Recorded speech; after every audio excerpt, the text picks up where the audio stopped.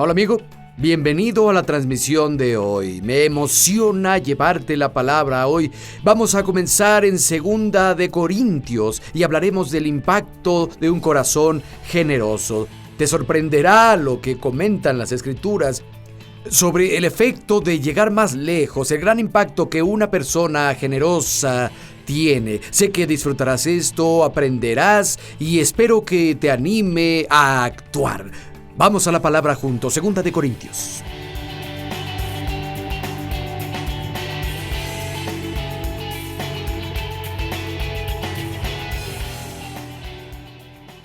Verso 1. Ahora, hermano, queremos que se enteren de la gracia que Dios ha dado a las iglesias de Macedonia. 2 de Corintios 8:1. Verso 2. Le habla a los corintios sobre los creyentes de Macedonia y dice: en medio de las aflicciones, su desbordante alegría y su extrema pobreza abundaron en rica generosidad. Soy testigo de que según podían y aún más dieron espontáneamente, rogándonos con insistencia que les diéramos el privilegio de tomar parte en esta ayuda para los santos. Los corintios hasta este punto no habían entrado en la gracia de dar. Los dones del Espíritu operaban en medio de ellos, muchas cosas sucedían con ellos, pero no le habían estado dando a la iglesia y entonces prometieron una ofrenda. Y Pablo está usando a Macedonia y a su iglesia como ejemplo, y sabemos mucho sobre esa iglesia de Macedonia. Se habla de ella en Hechos 16. Fue donde Pablo tuvo la visión para los hombres de Macedonia. Dijo: ven a Macedonia a ayudarnos. Y fue a la ciudad de Filipo, llamada así por Felipe Magno, el padre, Felipe de Macedonia, el padre de Alejandro Magno. Y en esa ciudad, la primera persona salvada fue una mujer llamada Lidia. Era la vendedora de púrpura en la ciudad de Tiatira, en Asia Menor. Ella aceptó a Cristo, toda su familia creyó y fueron bautizados. Era una mujer adinerada, tenía una casa grande. Pablo y Silas se quedaron en un cuarto de invitados. Y luego, poco después de que Lidia y su familia se convirtieron, hubo una chica poseída por demonios, una divina, que seguía a Pablo y a Silas y los anunciaba a donde sea que fueran. Y Pablo finalmente se apiadó, se acercó y echó al espíritu fuera de ella y fue liberada. Y quiero creer que se convirtió en miembro de la iglesia también. Luego los echaron a la cárcel porque el amo de la chica vio que ya no obtenía ganancias. Golpearon a Pablo y a Silas y pidieron al guardia que los vigilara.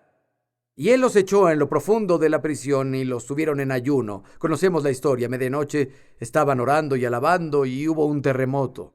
Todas las puertas se abrieron, se rompieron las cadenas. El carcelero entró y dijo: señores, ¿qué debo hacer para ser salvado? Y el carcelero se convirtió a Cristo y su familia también, y fueron bautizados esa noche. Y fue el núcleo de esa iglesia en Macedonia.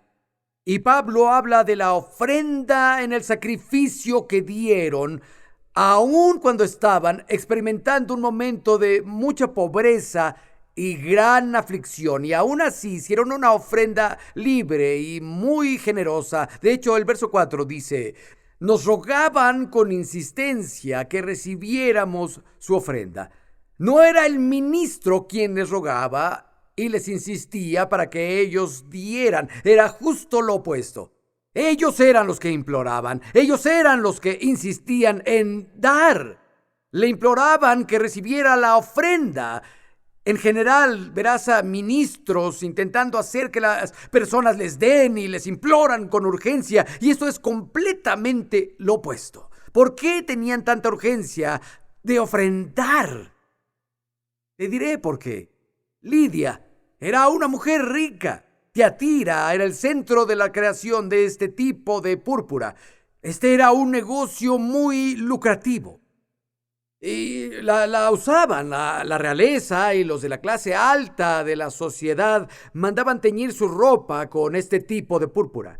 Tenía una casa enorme, su familia tenía sirvientes, había cuartos de invitados para Pablo y Silas, y ella descubrió que el dinero no llenaba el vacío en su corazón. Tenía un negocio lucrativo, tenía una casa grande, se había mudado a una ciudad nueva, exótica, y nada de esas cosas satisfacían su corazón. La chica poseída por demonios había sido esclava de los poderes de la oscuridad y fue libre cuando Jesús rompió esas cadenas de esclavitud, y ella quería que otras personas experimentaran el mismo poder liberador que ella conoció en su vida. Y piensen en el carcelero. Él conocía bien la brevedad de la vida. Los soldados con quienes peleó lado a lado murieron en el conflicto.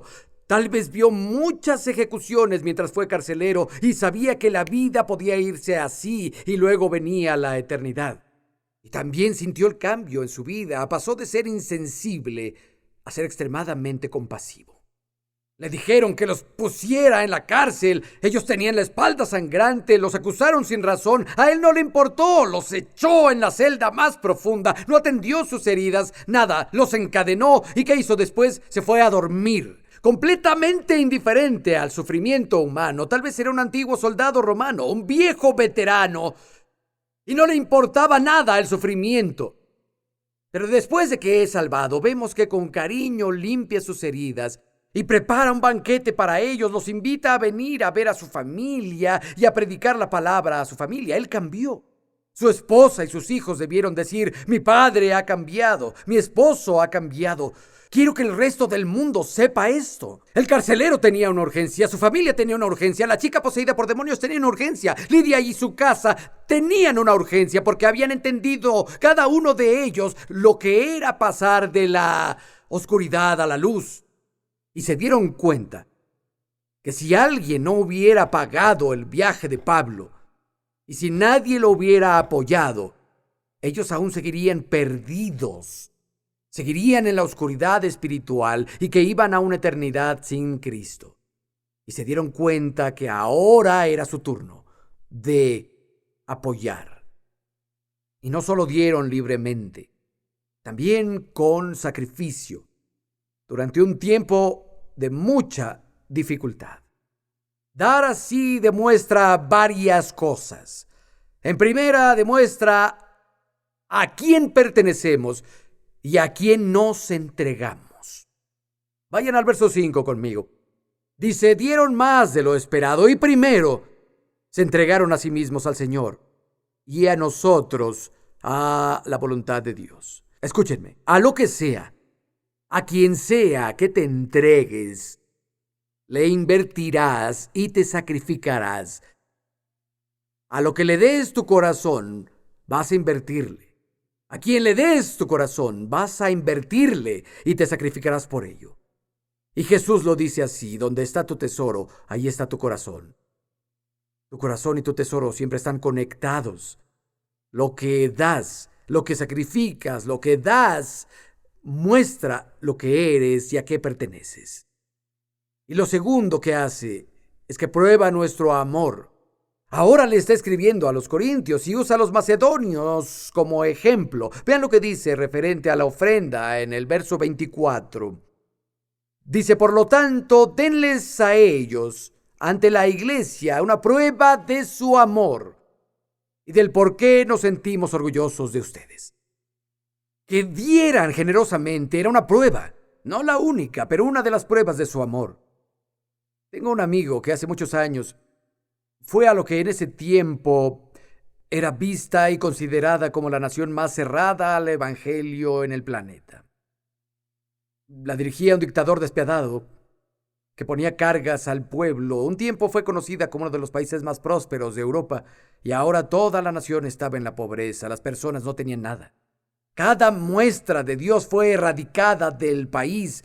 Nadie tenía permitido hablar de Dios. Había generaciones que se criaron en ese país y que nunca escucharon de Dios jamás. Fueron criados en un ateísmo completo. Sin embargo, había un remanente de una iglesia que se reunía en secreto. Y mi amigo fue ahí, incluso metió varios Nuevos Testamentos y vio a personas de la iglesia subterránea y dijo: Bayles me llevó días para que pudieran confiar en mí. Estaban seguros de que era un espía que había ido ahí a descubrir quiénes eran para que pudieran arrestarlos y tal vez ejecutarlos. Y con el tiempo me gané su confianza y me invitaron a su círculo y convivimos. Y siguió, les llevé 2 mensajes. Uno, que siguieran fieles bajo la persecución y el sufrimiento. Y el otro era que había creyentes en otras partes del mundo que estaban orando por ellos y que los amaban. Ellos no lo sabían. Le di a un joven de la iglesia un Nuevo Testamento. Tenían una sola Biblia en toda la iglesia. Para todos, una Biblia. Se la di al joven. Estaba en su lenguaje natal y la trató como si estuviera hecha de oro puro. Leyó algunas páginas y me la devolvió. Se la volví a dar y él vio un poco más y me la devolvió. Le dije, no, te la estoy dando, es tuya. Y cuando el joven se dio cuenta de que le acababan de dar el Nuevo Testamento, cayó de rodillas y comenzó a llorar y llorar y llorar. Hicieron un banquete para mi amigo antes de despedirse. La carne era absolutamente una extravagancia, era muy difícil de conseguir y era muy cara. La mayoría de la población vivía de col y papas, y tenían un festín. Todos comieron col y papas. Solo había un tazón con carne, y las personas tuvieron que sacrificarse para conseguirla. Le dieron un tazón de sopa de col y papas con carne. ¡Qué extravagancia! Y él dijo, se reunieron a mi alrededor, y querían que yo comiera primero, y comenzaron a cantar Te amamos con el amor del Señor. Y dijo, ahora era mi turno de llorar. Me senté a la mesa y lloré, y lloré, y lloré. El regalo extravagante que le dieron era una demostración de su amor. Y nuestra ofrenda muestra quiénes somos y también prueba nuestro amor. Lo que voy a hacer es tomar algunos puntos de cada uno de los siguientes capítulos. Quiero pasar ahora del capítulo 8 al capítulo 9 y ver algunas bendiciones conectadas con la generosidad. Comenzamos en el verso 5. Dice, me pareció necesario rogar a estos hermanos que se adelantaran a verlos y prepararse para esa generosa colecta para Dios, que ustedes ya habían prometido. Entonces estará lista como una ofrenda generosa y no como una obligación. Recuerden esto, el que siembra escasamente cosechará. Y el que siembra en abundancia cosechará. Cada uno debe dar según lo decida su corazón. No de mala gana ni por necesidad, porque Dios ama al que da con alegría. Y Dios puede hacer que toda gracia abunde para ustedes, y que siempre tengan todo lo necesario en todas las cosas, y toda buena obra abunde en ustedes. Hay bendiciones conectadas con dar. Dijo, el que siembra escasamente cosechará. Y el que da en abundancia cosechará también. Y damos en abundancia. Dijo, Dios es capaz. Podemos pensar eso. Dios es capaz. Y en una versión más ampliada dice, puede hacer que toda gracia y bendición terrenal abunden en ti, para que siempre, bajo cualquier circunstancia, tengas suficiente para cubrir tus necesidades, e incluso sobrará para que des a la caridad. Esa es una buena definición de prosperidad, suficiente para cubrir tus necesidades con abundancia y quedará para bendecir a otros. Y Dios puede hacer que eso pase. Leí una historia sobre un chico llamado Charlie Page. Charlie era lo que se dice un indigente, sin un centavo. Ni siquiera tenía dinero para comida y se detuvo en la calle para escuchar a varios del Ejército de Salvación cantar y tocar instrumentos y predicar el evangelio. Y una chica de los del ejército salió al final con una pandereta y fue hacia la multitud a recoger la ofrenda. Y Charlie Page dijo, no tengo nada que dar. Ojalá tuviera, pero no tengo nada, ni siquiera tengo dinero para comer. Y lo que hizo la chica del Ejército de Salvación le cambiaría la vida. Le dio $1 y dijo, toma 10 centavos de eso y pon en la ofrenda de Dios. Y si haces eso el resto de tu vida con todo lo que ganes, nunca volverás a estar sin dinero. A partir de ese día, Charlie Page tomó la primera parte de cada $1 que ganaba, consiguió trabajo después de eso, de todo lo que ganó desde ese día, dio la primera parte a Dios. Terminó convirtiéndose en un hombre muy adinerado y dio grandes sumas a la iglesia para el trabajo evangelístico, construyó hospitales. Pero todo se basa en el principio que le enseñaron ese día. Tengo un amigo llamado Jack y a principios de este año estuve en su iglesia predicando en una conferencia de misiones. Tiene un campus fabuloso de 14 hectáreas, un auditorio maravilloso. Tienen toda una escuela ahí, creo que llega hasta la preparatoria. Es un campo hermoso y amplio con estacionamiento, tiene de todo. Pero antes de tener ese campus se veían en un bar. Dice que olía a cigarros y a cerveza siempre que daban un servicio. Eran instalaciones rentadas. Comenzó a animar a las personas a dar para comprar una propiedad y finalmente dieron suficiente para comprar media hectárea y construirían una iglesia pequeña ahí. Pero Dios trató con el corazón de Jack sobre dar todo lo que tenía ahorrado en la iglesia para las misiones. Fue a ver a los líderes de la iglesia, lo compartió y les llegó al corazón y compartieron con la congregación. Creemos que esto es lo que nos pidió el Señor. La iglesia dijo, hagamos. Lo dieron todo lo que habían ahorrado para comprar el terreno. Ahora no tenían nada, ni un centavo. Justo después de eso, lo llamó otro pastor en la ciudad. El pastor dijo, Jack, me voy a retirar y el Espíritu Santo me habló y debo darte a ti y a tu iglesia un terreno de 14 hectáreas, la escuela y lo demás. Ven aquí y tómalo, es tuyo. Y llegaron a un terreno de 14 hectáreas con una escuela, edificios y todo. Proverbios 11:25 dice, el que es generoso prospera, el que reanima será reanimado. Dios nos estableció el 1 y el 15 de cada mes. Pero se refiere a una buena medida, apretada, sacudida y rebosante. Hay bendición en la generosidad. Vean en el verso 9, como está escrito, repartió sus bienes entre los pobres, su justicia permanece para siempre. Hay consecuencias eternas cuando damos. Verso 10, el que le suple semilla al que siembra y pan para que coma, suplirá y alimentará las semillas para los cultivos y hará abundantes los frutos de su justicia. Quiero que noten que Dios provee de dos cosas. Lo primero que provee es semilla para la cosecha y luego te provee pan para comer. Nota el orden en que Dios lo da. Lo primero que provee es semilla. Luego provee el pan para que comas. La semilla se convierte en pan, que es para nuestro consumo personal. Quiero que lo veas así. Dios provee la semilla al que siembra y provee la semilla que se vuelve pan o lo que sea que usemos para vivir. Pero Dios solo multiplica una de ellas.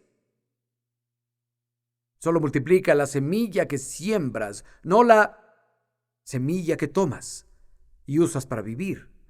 Y lo que algunas personas hacen es que toman la semilla que es para sembrar y la usan en sus necesidades. Y ahora Dios no tiene nada que multiplicar. No tiene nada con qué trabajar. Ahora, a todos aquí, sin importar su estatus, su estado o la temporada de su vida, Dios les ha proveído. Ahora tienen en su posesión semillas para sembrar. Y tienen semillas que serán convertidas en pan para vivir. Necesitas distinguir una de la otra. No comas la semilla para sembrar. Si la siembras, Dios la multiplicará. Te la devolverá, cosecharás abundantemente, tendrás en abundancia. Y claro, entendemos que esto es relativo. Sabes, una persona podría poner $10. Eso podría ser muy extravagante para su situación de vida ahora y para lo que están viviendo ahora. Y alguien más pone $10,000, tal vez no es nada extravagante, tal vez ni siquiera lo sintieron. Es como Jesús con la mujer que ofrendó sus últimos centavos, todo lo que tenía en la vida. Jesús dijo, mientras veía a los que daban mucho, ella dio más que ningún otro. Hay bendición unida a esto, pero no es todo. Vean el verso 11, hay otros efectos de dar. Dice, ustedes serán enriquecidos en todo, en toda libertad, que resulta en acciones de gracias a Dios. Esta ayuda, que es un servicio sagrado, no solo suple las necesidades de los santos, sino que también redunda en abundantes acciones de gracias a Dios. Verso 13. Al recibir esta ofrenda, ellos glorifican a Dios por la obediencia con que ustedes acompañan el Evangelio de Cristo y por su generosa solidaridad con ellos y con todos. Habla de un par de cosas ahí. En primera, suple las necesidades de los santos, se encarga de lo que Dios está haciendo en la localidad cuando damos. Y gracias a Dios por eso. Pero también cuando damos, crea una acción de gracias que llega a Dios. Y eso lo glorifica. Al llegar a Dios, según las Escrituras, Dios es glorificado. Las personas tienen sus corazones agradecidos por la generosidad de otros. Vamos a pasar al capítulo 10. Y comienza a hablar del aumento de la esfera de influencia. Vayan al verso 13 conmigo. Nosotros no vamos a jactarnos más de lo debido. Nos limitaremos al campo que Dios nos ha asignado, en el cual ustedes están incluidos. Pablo está hablando del campo de trabajo, con límites bien definidos que Dios puso. Cada individuo tiene un campo de trabajo, una esfera de influencia. Cada iglesia tiene un campo de trabajo, una esfera de influencia. Y hay límites. Dios los determina. Nadie, ni ninguna iglesia puede ser todo y hacer todo y estar en todas partes. No es así. Pero hay cosas para las que tenemos el don y cosas que somos llamados a hacer. Y si nos salimos de esa esfera, no hay unción para hacer lo que nos pidieron. Y Dios nos dice que nos envió a una esfera de influencia y deja claro que la esfera los incluye porque Él ganó a los corintios para Cristo. Vayan al siguiente verso conmigo, por favor, en el verso 14. No rebasamos los límites. Nuestra autoridad se extendía a ustedes. Lo cierto es que fuimos los primeros en llevarles el Evangelio de Cristo. Verso 15, escuchen. No nos jactamos desmedidamente a costa del trabajo de otros. Esperamos que según vaya creciendo su fe, se amplíe nuestra espera por ustedes en todo para predicar el Evangelio más allá de sus regiones, sin tener que jactarnos del trabajo ya hecho por otros. Ahora vamos a leer en el verso 13 que Dios nos llamó a una esfera con límites y limitaciones. Pero dice en el verso 15, conforme aumente su fe, también nuestra esfera se ampliará por ustedes. ¿Qué es eso? Dios nos puso en la esfera, pero ahora dice que nuestra esfera de influencia será ampliada por ustedes, conforme nuestra fe aumente. El asunto importante aquí es la ofrenda que estaban dando. De eso está hablando. Conforme tu fe aumente y comiences a dar más, nuestra esfera de influencia aumentará y podemos llevar el Evangelio a regiones más lejanas. Dios es quien obviamente pone los límites y establece estas cosas, pero la idea es que Dios trabaja a través de su pueblo. Somos colaboradores con Dios y muchas veces las personas están orando, oh Dios, abre esta puerta, oh Dios, danos este favor aquí. Y Dios dice, claro, te estoy esperando, lo haré, da más, aumenta tu fe. Saben, Hebreos 11 habla en el verso 4, por fe Abel ofrendó, dio su primicia y dio lo mejor a Dios. Su hermano Caín solo llevó una ofrenda, no fueron sus primicias, no era lo mejor, no le costó nada. Y se necesita fe para darle a Dios sus primicias y lo mejor. Le diste la primera parte, no sabes qué pasará el resto de la semana, ni qué pasará con la compañía en un mes, ni qué pasará con la economía. Pero cuando le das a Dios la primera parte, en lugar de esperar a decir todo está bien, te doy las obras, Dios, se necesita fe para darle la primera parte.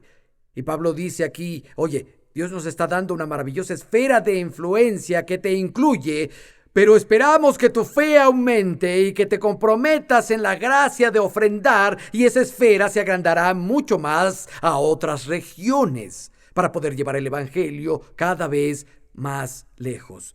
Y puedo decirte mi propio testimonio. El enero que entra, Janet y yo cumpliremos 30 años de casados.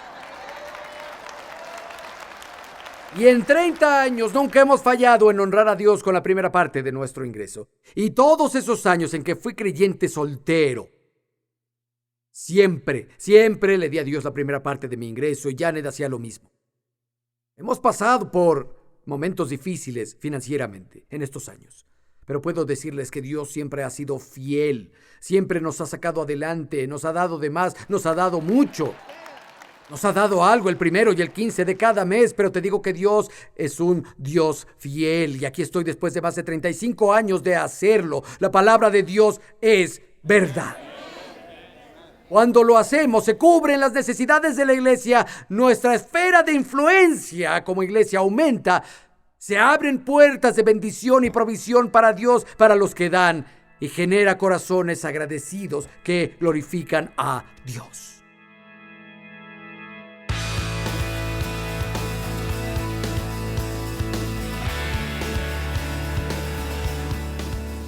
Sabes, me encanta este mensaje. Yo he estado salvado desde hace más de 36 años y tengo impresiones mentales de personas que he observado en 3 décadas y media de caminar con Jesús.